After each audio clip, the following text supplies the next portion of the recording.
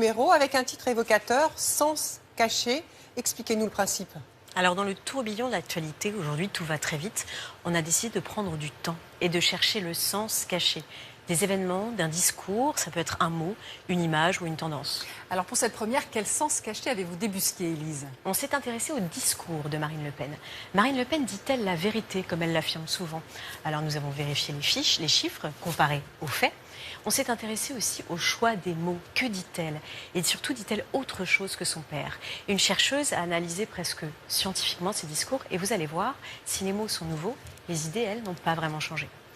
Voici donc votre reportage, Élise. Marine Le Pen, la bataille des mots. Vous l'avez réalisé avec Guylain Delaval. Il a été tourné avant les attentats du 13 novembre dernier. Regardez. Ce jour-là, j'ai rendez-vous à Calais pour assister à un meeting de campagne de Marine Le Pen. J'ai en tête les reproches qu'elle fait très souvent aux journalistes. Non, vous résumez de manière caricaturale. Vous écoutez en fait plus que vous ne m'écoutez, c'est ça. C'est le problème du journalisme actuel. Nous allons justement la prendre au mot, l'écouter attentivement.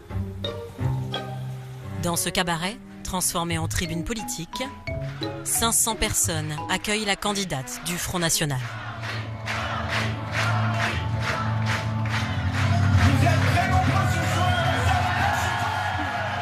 Mes chers compatriotes, je dis bien mes chers compatriotes, car nos élites du NPS ont la fâcheuse tendance à vous exclure de la communauté nationale.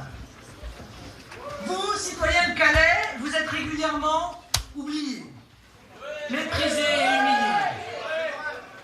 Très vite, Marine Le Pen parle d'immigration. Le message est clair, la France ne peut plus accueillir de migrants. Nous avons atteint le seuil de saturation depuis bien longtemps. Un thème qu'elle décline longuement pendant ses 50 minutes de discours. Elle conclut avec un mauvais présage qui, selon elle, menace la région et la France. Mais si nous échouons en décembre, ils redoubleront d'efforts pour faire venir toujours plus d'immigrés clandestins. Ils vous demanderont toujours plus de vous pousser pour les loger. Mes chers amis, le redressement national commence ici, à Calais. Les 6 et 13 décembre prochains, faites le choix d'une présidente courageuse et d'une région courageuse.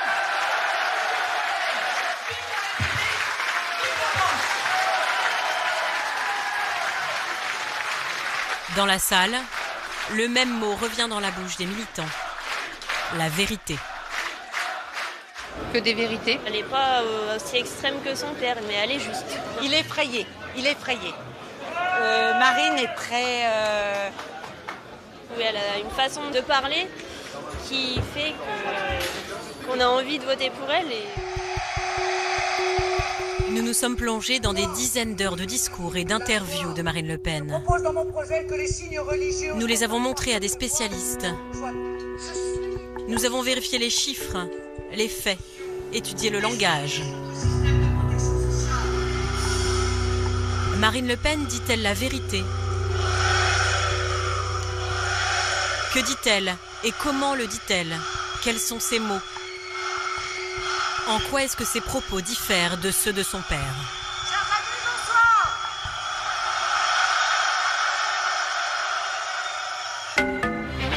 Vous recevez ce matin la présidente du Front National. Marine Le Pen, la présidente du Front National, est notre invitée ce matin. Bonjour à tous, bonjour Marine Le Pen. Depuis le début du mois de septembre, avec la crise des migrants, c'est dans l'air du temps. Marine Le Pen enchaîne les interventions médiatiques. Moi, ce que je vois surtout, c'est que nous sommes confrontés à une situation catastrophique, dramatique, et ça n'est que le début, car le réservoir est inépuisable. Ils vont arriver ici. Mais ils arrivent déjà, monsieur Brézé. Mais où? Sortez du 16e, bon Mais sang. dites-nous où? Ils arrivent déjà. Marine Le Pen dit-elle la vérité, pour reprendre l'expression des militants? Au-delà des images d'actualité frappantes, que disent les faits et les chiffres? Je suis allée pousser la porte de l'Office des Nations Unies chargé des réfugiés. Marine Le Pen dit-elle vrai ou faux?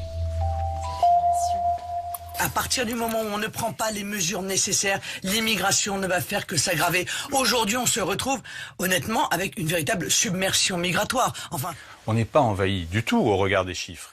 Aujourd'hui, nous sommes confrontés en Europe à un afflux léger en comparaison avec les pays qui sont voisins de la Syrie ou voisins de l'Irak, qui, eux, accueillent énormément de réfugiés.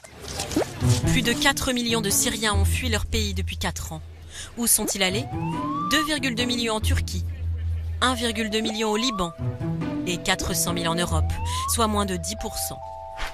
Aujourd'hui, les réfugiés représentent un tiers de la population du Liban. C'est comme si en 4 ans, la France avait accueilli 22 millions de réfugiés. Elle va accueillir 24 000 Syriens, soit moins de 0,04% de sa population.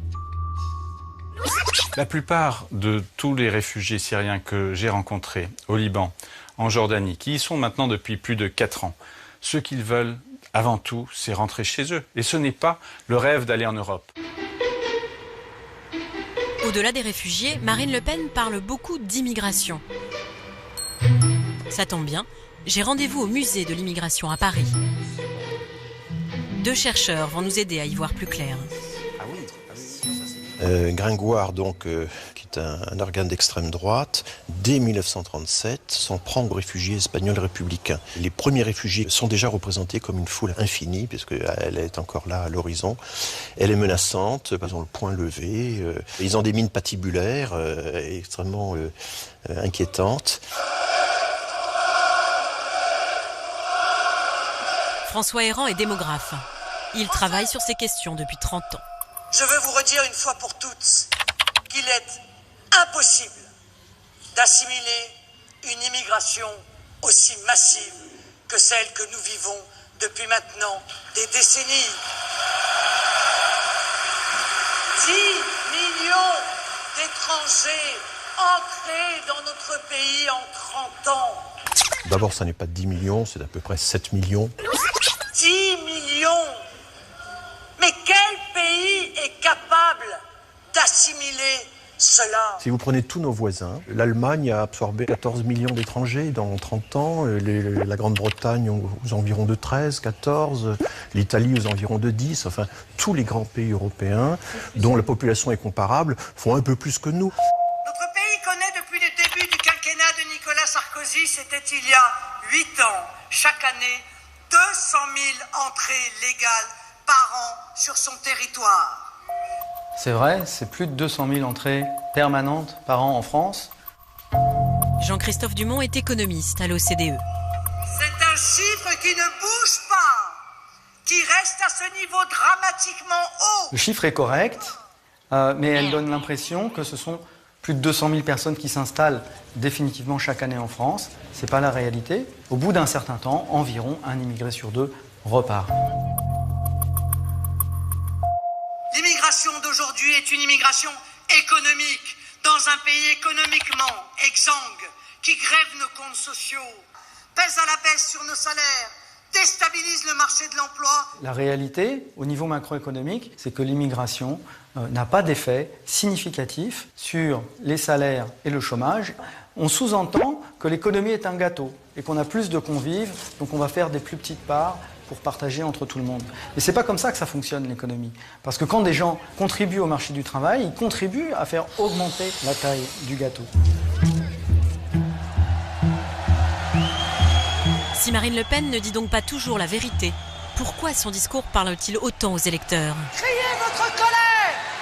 Hurlez votre espérance! Et surtout, pourquoi ces mots à elle convainquent plus que ceux de son père ? Bougez-vous!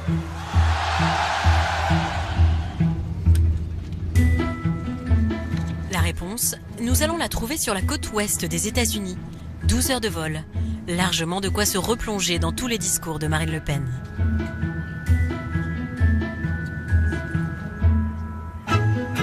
C'est en Californie, à la prestigieuse université de Stanford, que m'attend une chercheuse française. Cécile Alduy est professeure de littérature. Nous sommes a priori très loin de la politique. Et pourtant, il y a 2 ans, elle a décidé de s'intéresser à la rhétorique de Marine Le Pen, de la façon la plus scientifique possible. Là, ce sont tous les discours de Jean-Marie Le Pen dans la base de données, et on a un autre fichier pour Marine Le Pen. On a donc compilé 500 textes de Jean-Marie Le Pen, de Marine Le Pen, de 1987 à 2013. Et on essaie de voir c'est quoi les zones où ils se superposent, où ils disent la même chose avec les mêmes mots. Près d'1 million de mots passés au crible du logiciel. Et la surprise, il y a peu de superposition. En bleu, les expressions de Marine Le Pen. En rouge, celles de son père. Et donc là, la première chose, c'était grosse surprise quand même. Parce qu'il y a très peu de mots qui sont communs. Mais c'est pas de l'ordre de l'intuition. Ah ben non, c'est vraiment pas du tout mon intuition d'ailleurs au départ. Je pensais qu'il y aurait beaucoup plus de recoupement dans les expressions utilisées. Mais elle a son style, au sens vraiment littéraire du terme, son idiolecte, à elle. Et donc elle choisit ses propres expressions. Et donc le choix des mots, ça semble, un petit peu anodin à la surface, mais en politique, c'est ça qui va faire le succès ou l'insuccès. Ce soir, Cécile Alduy donne une conférence à Stanford, devant d'autres universitaires, pour rendre compte des résultats de son travail. Le principal élément qui émerge, c'est que Marine Le Pen fait de la réédition très habile des discours de son père. Elle sait ce qu'il faut couper, ce qu'il faut garder, ce qu'il faut ajouter. Et d'abord, elle utilise le bouton « Supprime ». Marine Le Pen a effacé certains mots. Jamais elle ne parle de race, ni de français de souche. Aucun jeu de mots antisémite, fini les chambres à gaz, point de détail de l'histoire. Les algorithmes que Cécile a utilisés lui ont révélé autre chose. Marine Le Pen n'a pas le même discours en fonction de son auditoire. Par exemple, sur l'immigration. Là, ce sont les mots les plus fréquents associés à l'immigration à la télévision. Ce qui vient d'abord, c'est la dimension économique. Dépenses, financement, économie, chômage. Quand elle est devant les militants, ce n'est plus du tout la même musique. Et ce n'est pas moi qui le dis, c'est le logiciel. Elle parle de ravages de l'immigration, solitude, isolement et la menace sur notre prospérité, notre sécurité, notre unité et notre identité. Démonstration, extrait à l'appui. Et celle-ci s'est plutôt bien déroulée. Encore une fois, je n'ai pas de haine à l'égard des étrangers. Ça n'est pas le racisme qui me pousse. Je ne suis pas raciste. Je dis que l'immigration est un problème économique et qu'il faut le traiter comme un problème économique. Ça, c'est une phrase qui illustre vraiment la façade médiatique du discours sur l'immigration du Front National aujourd'hui. Ça réduit l'immigration à quelque chose de rationnel. Elle dit qu'il faut une immigration raisonnable et une logique purement arithmétique. C'est mathématique, il y a 5 millions de chômeurs, il y a 8 millions de pauvres. En gros, c'est pas que ce sont des immigrés, c'est que ce sont des gens en plus. Sorti des plateaux de télévision, le message n'est plus le même. Ces chiffres montrent que non seulement l'immigration en France n'a pas été freinée, mais qu'elle est volontairement accélérée dans un processus fou dont on se demande s'il n'a pas pour objectif le remplacement pur et simple de la population française. On entend dans certains quartiers que lorsqu'une personne âgée meurt, c'est une famille immigrée qui la remplace dans son appartement HLM. Le remplacement, c'est une obsession du Front National. C'est une obsession de longue date, qui a déjà été exprimée de multiples fois par Jean-Marie Le Pen, y compris dans ses programmes électoraux. Quand on l'interroge, je dis « Oh non, je crois pas du tout aux théories de complot, je suis très rationnelle, etc. » Mais Marine Le Pen, quand elle est face aux militants, elle en parle. C'est quoi le grand remplacement ? Alors, le grand remplacement, c'est une thèse qui a été élaborée par Renaud Camus qui dit que il y a donc un complot mondial qui est organisé pour que des populations immigrées viennent et remplacent les Français de souche. Est-ce que ça renvoie à l'idée d'un grand remplacement? Non mais en l'occurrence, je n'ai pas utilisé ce terme, et j'ai fait encore une fois une référence parce que je crois que... Est-ce que ça renvoie à l'idée soutenue par certains sociétés? Vous êtes un combattant sémantique, vous adorez ça, les débats de mots, etc. Et effectivement, elle prend bien soin de ne pas utiliser le mot remplacement lorsqu'elle est à la télévision ou la radio. Donc elle va lisser son vocabulaire pour présenter une image présidentiable, de gouvernante qui gérerait très bien la Maison France. Un double discours qui n'est pas inhabituel. Voici un autre exemple, ce qu'est être français pour Marine Le Pen, ici sur France 2. Je tiens, et merci de me permettre de le faire, à rappeler une bonne fois pour toutes. La priorité nationale est un avantage donné en matière d'emploi ou de logement aux Français, pas aux Blancs, pas aux Français de souche, à ceux qui ont la nationalité française, quelle que soit leur origine, quelle que soit leur religion. En meeting, la définition change du tout au tout. Il faut une nature. Pour naturaliser français, il faut une nature française, une terre française, un air français. On ne naturalisera jamais dans une morne grisaille de béton et de bétume. On ne naturalisera d'ailleurs aucun jeune Français, même si ses parents sont Français depuis des générations, sans qu'ils ne se reconnaissent une terre, une souche, des racines. En implicite, les jeunes des cités ne peuvent pas devenir français parce qu'ils vivent dans le bitume, dans la cité, dans le béton. Et c'est toute l'ambiguïté de Marine Le Pen. C'est-à-dire, à un moment donné, elle va dire ce qui est important, c'est avoir les papiers d'identité français. Et d'un autre jour, elle va revenir dans la vision de Jean-Marie Le Pen, c'est-à-dire une vision biologique de la nationalité française. Et c'est à longueur de temps comme ça. Et selon le moment, elle va avoir telle ou telle posture. Stéphane Vanish a travaillé avec Cécile Alduy, la chercheuse de Stanford. Il avait fait le même exercice, il y a 15 ans, avec les textes de Jean-Marie Le Pen. Et la grande surprise, c'est que c'est pas aussi différent qu'on le pensait. Au départ, on était parti sur un principe qu'il y avait une véritable coupure entre le père et la fille. Et en fin de compte, la coupure est certes sémantique, mais pas idéologique. Non, nous ne sommes pas xénophobes, nous sommes passionnément francophiles. C'est la novlangue de Marine Le Pen, c'est-à-dire que au lieu d'être négative, elle va essayer de positiver en créant de nouveaux mots pour éviter les aspects négatifs, pour pouvoir attirer un nouvel électorat. Passionnément francophile.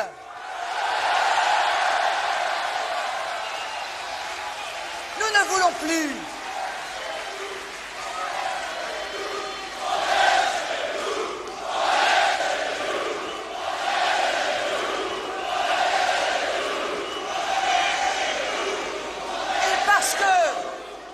Parce que vous êtes chez vous. Pourquoi vous souriez là? Parce qu'elle s'exclut. Ses militants et ses sympathisants sont restés les mêmes.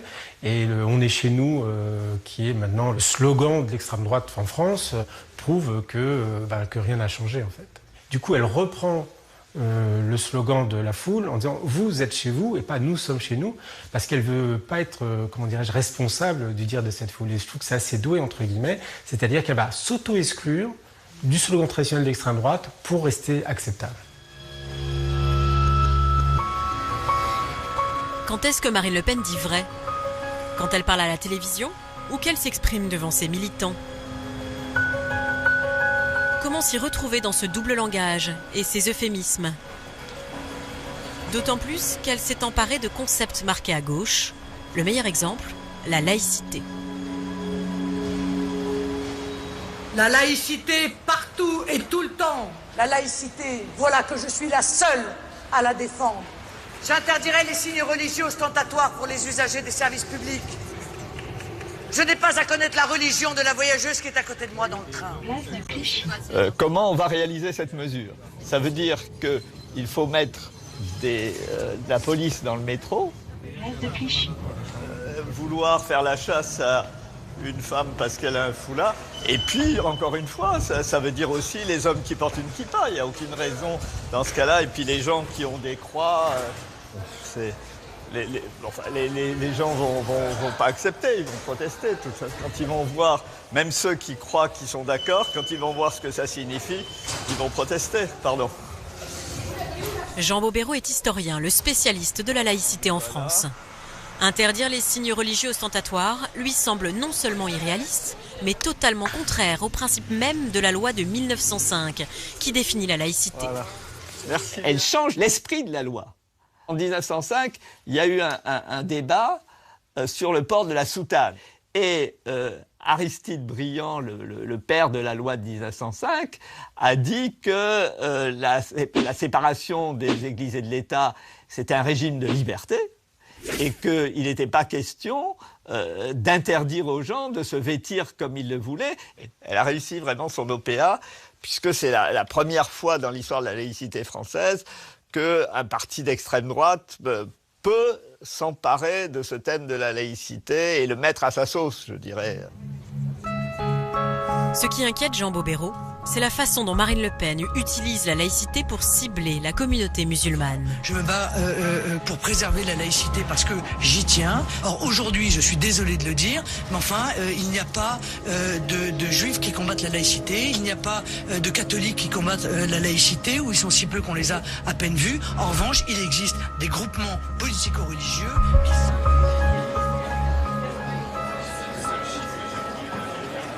Quand Marine Le Pen s'est emparée du thème de la laïcité, eh bien, si vous écoutez attentivement ses discours, quand elle dit « j'ai pas à connaître la religion de ma voisine dans le train », tout le public comprend qu'en fait, seules les femmes qui portent un foulard sont visées, puisqu'elle parle de la voisine.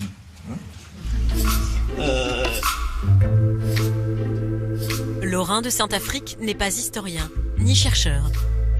C'est l'ancien conseiller en communication de Jean-Marie Le Pen, exclu du parti en 1994. Comment faire pour que lorsqu'il est question d'islam et d'islamisme, on ne soit pas automatiquement accusé de pratique ou de volonté discriminatoire? C'est très simple, il suffisait de capter le thème de la laïcité. Eh bien là, elle atteint tout de même des couches de la population qui jusqu'à présent pensaient racisme, et qui maintenant voit liberté républicaine grâce à ce mot dont elle s'est emparée avec beaucoup d'efficacité. Laurin de Saint-Affrique croit pourtant déceler quelques grains de sable dans ce nouveau langage. Par exemple, lorsqu'elle compare les prières de rue à l'occupation. Et puis il y a eu des prières sur la voie publique. Je suis désolé, mais pour ceux qui aiment beaucoup parler de la Seconde Guerre mondiale, s'il s'agit de parler d'occupation, on pourrait en parler. Ou sur un tout autre sujet, lors du dernier discours du 1er mai 2015, en hommage à Jeanne d'Arc. Jeanne d'Arc est une icône française car elle symbolise à elle seule l'esprit de résistance, la foi en son pays et le triomphe de la volonté. Près de 6 siècles... Le triomphe de la volonté, ça vous avait fait réagir à l'époque? Oui, c'est vrai, parce que je ne savais pas que la cinéphilie de Marine Le Pen pouvait aller jusqu'à s'intéresser au cinéma allemand des années 30. Le triomphe de la volonté, c'est avec Les Dieux du Stade, l'un des 2 grands films d'une réalisatrice et cinéaste allemande qui s'appelait Leni Riefenstahl et qui était la grande cinéaste de la période du national-socialisme.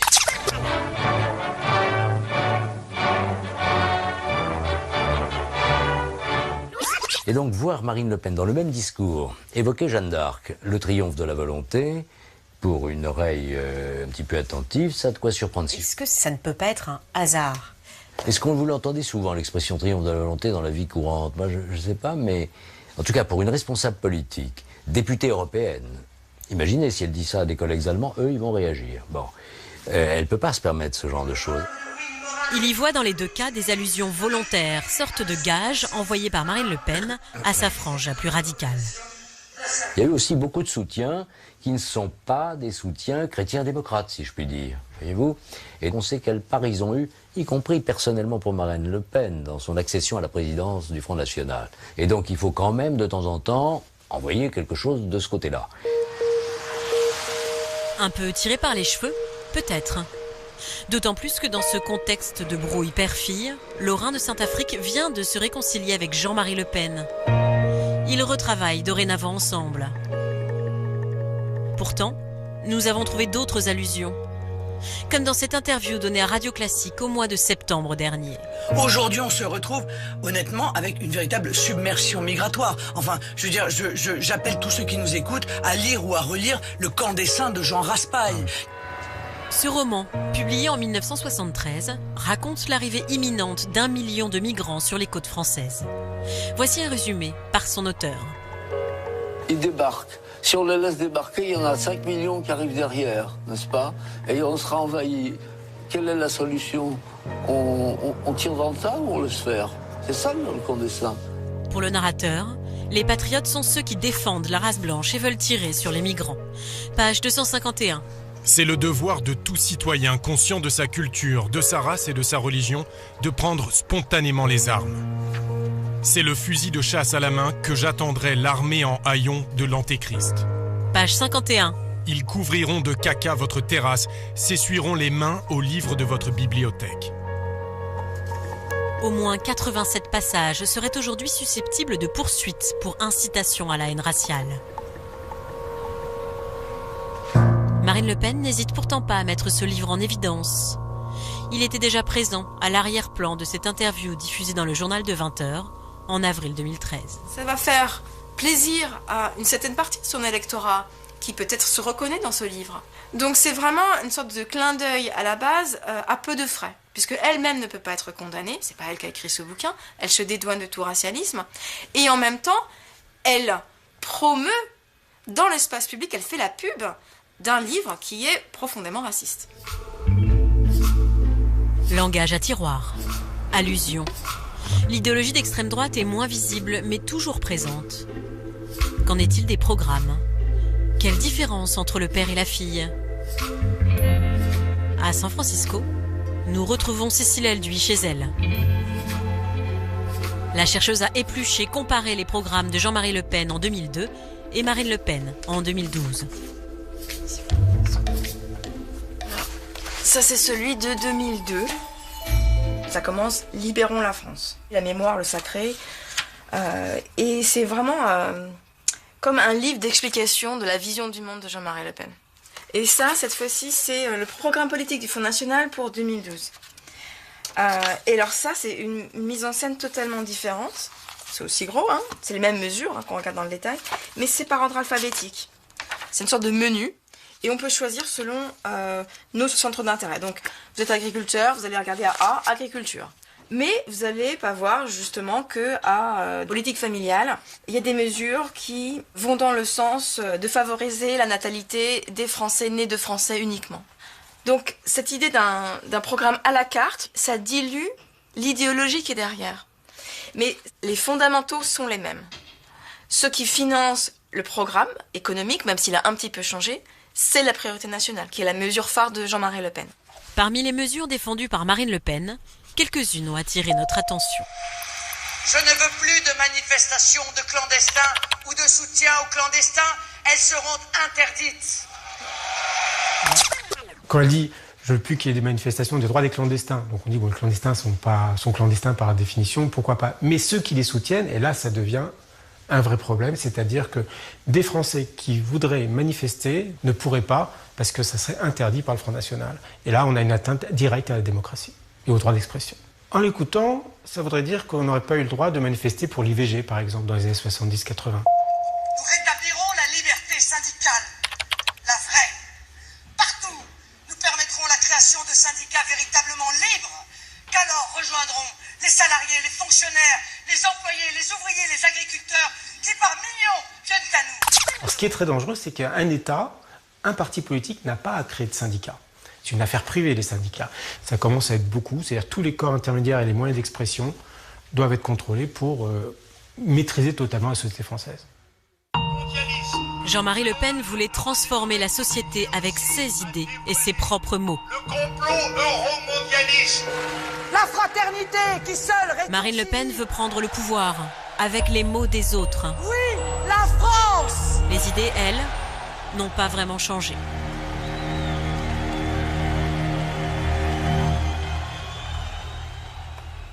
Et cette rubrique Sans se cacher, vous la retrouverez désormais régulièrement le jeudi dans Envoyé spécial.